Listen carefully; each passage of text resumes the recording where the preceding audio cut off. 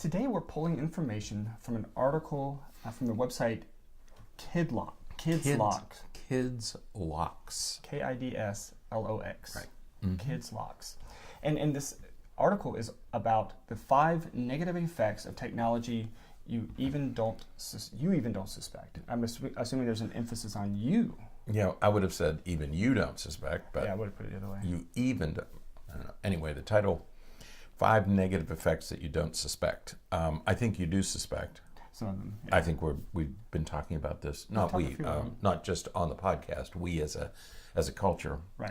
It's something that many parents are talking about today. Mm-hmm. Is what do I do about this? They keep saying my children are addicted to their phones. Mm-hmm. We hear that every day. Virtually. So I think it's a topic that we do know something about. We are talking about it. So we do suspect that these things are problems. Yeah. Okay? And over the past couple of days, we've talked about the lengths that some people are going to help perhaps even prevent some of these problems by restricting access to devices and sort of putting some pretty clear boundaries around the availability of technology in classrooms and in homes and things like that. Right. Yeah. Some private schools which moved in the direction of making technology available have reverted back. They've taken those back. And they're going back to the old ways of doing things. Right. We teach in a classroom, an old building that has a blackboard in it. Yeah.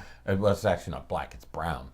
It's a brown board, but it's chalk, and you forget about chalk. And I thought the other day, wow, we used to have to do this, and you'd get chalk on you, and you'd get chalk dust, and you'd start sneezing, and it would get on your clothes, and there were eraser cleaners that people. So it was a whole technology about chalk. And I had forgotten about it until we went into this classroom. Yeah. But the schools are we had this push to put everything online. It's not worked out so well, and so many schools are pulling back and families are pulling back. And we talked about the Silicon Valley executives who are hiring nannies, and they make them sign contracts that the nanny will not use phones or technology while they're taking care of the children, and they make sure that the children are not using technology while the parents are at work. Right. So in this article, they talk about 5 ill effects of technology, and the first is social skills. Right. This is one that we have talked about before, but it certainly bears repeating. Right. That when the more time we spend on devices, the less time we're spending face-to-face interpersonal interactions, and despite using the phrase social media, despite the idea that we're talking to friends and things like that, we can't argue that when we're communicating through technology and social media and things like that, we're communicating very differently than we do when we're communicating interpersonally. Right. So social skills are we're starting to see an effect on social skills because everybody is communicating more digitally and not so much interpersonally. That's right. And as a species, we learn how to communicate with each other, how to read each other's social cues, how to know the person you're talking to is angry or sad or happy. And over time, as we mature from childhood, it begins very early, begins in infancy and early childhood, we learn how to read the social cues of others. Right. Well, if you're not doing that, if you're not practicing that, you can quickly lose the ability or you don't develop the ability. And so one of the important attributes that we all should develop is the ability to read accurately the social cues of others. We have mental disorders like autism spectrum disorder. They're mental disorders because individuals with autism don't read social cues accurately. Right. So on the one hand, you have a mental illness related to the inability to read social cues accurately, and here you have a technology that interferes with the ability to read social cues accurately. Right. Okay. The other thing they talk about is even if you develop that, the type of friendships you develop are different. You and I have developed a deep friendship over many years of working together, being together. We know each other's humor. We know each other's faults and fault lines. On social media, you have you sort of have acquaintances. You have, they call them friends, right? But they're really just people that you know who are on the same platform that you are. Right. Okay, they're not really friends. So children aren't developing these deep friendships. They play video games nationally and internationally with people they've never met. Okay, they're still fairly strong relationships. Right. I mean, you can develop some really, really, in some ways, really shy kids can have decent relationships through video games, but it's not the same kind of relationship you would have with a best friend. Right. We've all had best friends, and that's a different kind of relationship. So we worry about the quality of relationships. Right. The other thing they talk about is violence. Video games and violent video games reduces empathy. You know, if you get used to first-person shooter games, there's some concern that reduces empathy. And empathy is an important social skill. We want to understand how other people are feeling. Right. And violent video games, again, will interfere with the development of empathy, and it makes it easier for some. It makes it easier for some children, particularly adolescent males, to become more violent. Right. And I wonder, because I always balk at that notion. I wonder, in light of some of the other things that we talked about earlier this week, gamification. Right. I wonder if it's the violent video games, or if it's more that if all of your interactions are competitive, exactly, because you're playing a game against each other, then does that mean that all interactions are going to be competitive, and therefore there has to be a winner and a loser with every exchange? Yeah. And so now it becomes more aggressive. So it may not be the violence; it may be the competition. Yeah, that's true, because you can be as competitive in a Madden football game, where you get just as aroused. So it may not be the violence; it may be the competition. Right. Oh, interesting, because that is what gamification does. Is it turns people against each other. Absolutely. Hunger Games. Yeah. Brought to its extreme form. Right. So, now the second consequence is in the area of education. Right. And again, we talked about this earlier this week, so we have kind of covered this some. But the idea that there are loads of information. There's plenty of information at our fingertips. A world of information at your fingertips, and some of that information is good. Right. Some of that information is not so good. Not so good. Right. But we have this complete access, and on one hand, again, we think that this is likely a positive thing. This is something that's really good, but at the same time, it's not structured education. It's not it's not formalized education, and so many times what happens is kids get piecemealed. They know a little bit of this and a little bit of that, but there's not a foundation there. There's not a form under which all of these other things can grow. Right. Yeah. Education used to be handed down from scholars to novices. Okay, that's the way it worked for thousands of years. A couple of things are happening in education. One is that children, what you said is right, it's fragmented now. All of these technologies were designed to make us more efficient, expose us to more, link us to each other better. And man, Google really does. I mean, Google to me is like a miracle. I mean, my father was born, I think he was born just after the Wright brothers flew their first plane. As an adult, he was flying in jets around the world. Okay, Right. That's a huge, a huge, massive. To me, Google's the same way. Yeah. I mean, when you and I first did research. You had a computer, but you didn't have access to the internet. Not anymore. You didn't have access to Google. Right. Right. Okay. So you had to go to the library, and you had to look stuff up. Everything in that library had been peer reviewed. All the articles that we used, we knew were coming from other experts in this field, and this work had been peer reviewed by other experts. So we knew whatever we put our hands on was reliable information. Right. It had been reviewed by experts. That's not the case today. Right. You go to Google. I mean, Wikipedia. Every university in the world, or at least every university that I know of says, don't use Wikipedia in your research because it's not peer reviewed. You can add to Wikipedia if you choose. It doesn't have to be factual. They try to make it so, but it's not a requirement. It's not like a peer review.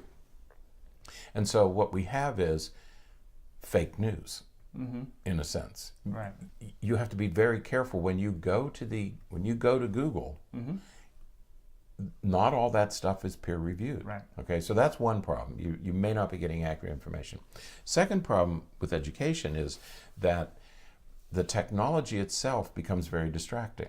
So, parents say all the time, well, yeah, she has a computer on, but there's all those things, they call them things at the bottom of the page, where they're going from YouTube back to Google to something, and then back, they watch videos. So the technology itself is very distracting and gets in the way. Finally, what I've noticed over time, and I'm one person, students are getting factoids and fragments. That's what they want. Right. They want, just give me a little blurb. And they're not approaching things at a deeply analytical, careful, thoughtful, systematic way. Right. They get pieces, and it's more like a mosaic than a book. Okay, Right. It's fragments and it's pieces. Right. And that's a very different. I'm not saying it's any worse. It's a very different kind of education. Right. And I think another big issue with education is that now we start to have issues with ownership of information. Right. So we have issues with like plagiarism and things like that, where people are just going on and they have a blog somewhere, and in that blog it says, this, and somebody's going to, some kid is or some students is going to use that.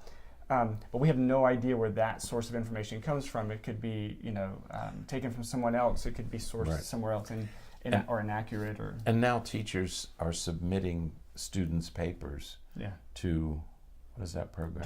Turn it in. To see if if the text that the student has turned in has been written somewhere else, and there's a match that they do. And so it creates all sorts of little things like that you have to deal with. And so it's had a profound effect on education. You and I went to a presentation. There's a program, I don't remember the name of it, where students work on a project all year long. They don't take courses. They work on a project. Oh, yeah. That frightens me. I just don't know how.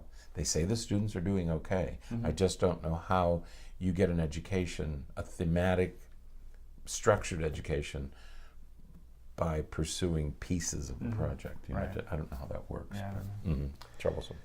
The third thing is physical effects. Right. So we had social skills, we had education, now we have physical effects as an unintended consequence. Right. And this, again, is sort of that mental image that we sometimes have of the stereotypic gamer, or that person who is locked away in their room or in their basement playing video games till the wee hours of the night. They're not sleeping very well. Right. And so because of that tendency, we talk about concerns related to like obesity and poor eating habits and some muscle atrophy because they're not exercising and doing some of those things. And so we have these physical body effects of being on technology too much. Yeah, it's a sedentary activity. Right. I mean, it's what you and I are guilty of. Right.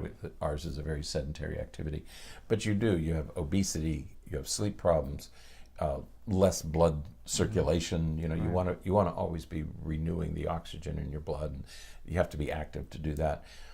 You can develop joint pain and increased osteoarthritis, osteoporosis, because our bodies are meant to move. The way our especially the joints in our body, they're meant to move in 360 degrees, and when you move them, they lubricate themselves and they work better. When you're not moving, there's less lubrication. That synovial fluid that's so important, and it hastens bone damage. Right. You lose bone density if you're not working out, and you lose muscle mass. So there are all sorts of health effects that we know about that are associated with this kind of sedentary activity. Now, having said that,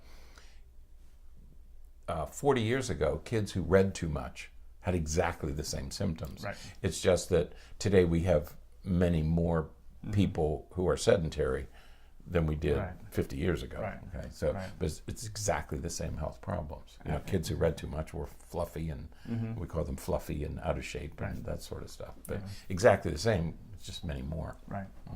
Now, the fourth area that we're raising concern about is in the area of privacy and security. And what this includes are things like cyberbullying, sexting, and you know, the giving out of personal information to who knows who.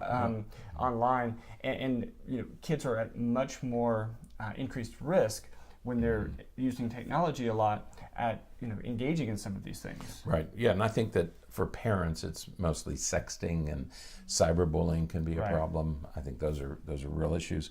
But cybercrime, of course. You know, your parents come in all the time and say, "Oh, my son gave out my street address and my credit card number to," when they don't even know who it went to, and it's easy to fall victim to crime. Absolutely. Cybercrime. Absolutely. And the final area is mental health. Right. And you know, we've talked before about the concerns related to sort of, you know, even though we call it social media, research has demonstrated that people who report the most use of social media, who use social media the most, tend to report being the loneliest. Right. You know, and we know that loneliness is related to anxiety and depression and some of these other mental health concerns. And so we have worries about, you know, individuals who use technology too much developing some of these, not just sedentary, but you know, they become sleep deprived. They are withdrawn from other people. They're not really socially engaged, and so they start developing anxiety and depression, anger, agitation, some of these different mental health concerns. Yeah, that's right. The two biggest, of course, are sleep and addiction. Those are the two mental health issues that we're concerned about. But you're right. It's a chicken and egg thing. You know, is the technology causing these things, or do people with these things deal with technology differently? Right. And so there's that question. But under the mental health thing, it's mainly sleep and addiction are the two issues. Yeah. So what do we do about it? How to reduce it? Well, as we talked about the last couple of days, you know, we have to pull in the reins a little bit and try to, you know, we got to monitor our kids. We got to monitor their use. We have to, you know, make sure that they're not living on their devices, and that we know what they're doing, where they're going. Right. And I think it's monitor and limit. Right. Whether you're monitoring your children or monitoring your own use, you know, you have to be aware. If you're in a relationship, if you're a partner, you're married, you don't have the luxury of ignoring the people in your house and being so. You have to monitor what you're using, and you have to limit its use and not be giving up other things. Okay, that's the first thing. Second? The second thing is to teach responsibility and conscientious behavior. Right. We can't assume that our kids are going to learn some of these things. Again, many of these behaviors are learned socially through those social interactions, but they're not engaging in social interactions. So we have to make sure that we have deliberate education in, you know, responsible use and how to be conscientious of one's behavior. Right. I'm laughing because the next one is keep up. Right. How do you keep? How keep in the world the do you keep up? spin, I mean, you do, because you mentioned Fortnite when it was still in its beta version. Yeah. Remember, it was about a year. Was it about a year ago a while ago, 8 months ago? Because you keep up with this stuff, right? Well, you don't keep up as well as I do, but you keep up with it. But I was thinking about something the other day, and it made me chuckle. It wasn't funny, but it made me chuckle. I had a friend who had recently divorced, and he was on some adult website. I forget the name of the website, but it was one of those Tinder or one of those things where really adult dating occurs. And he was telling me about this new website that he had found, and you can do this, and people are on this web, but it's really meant for adults.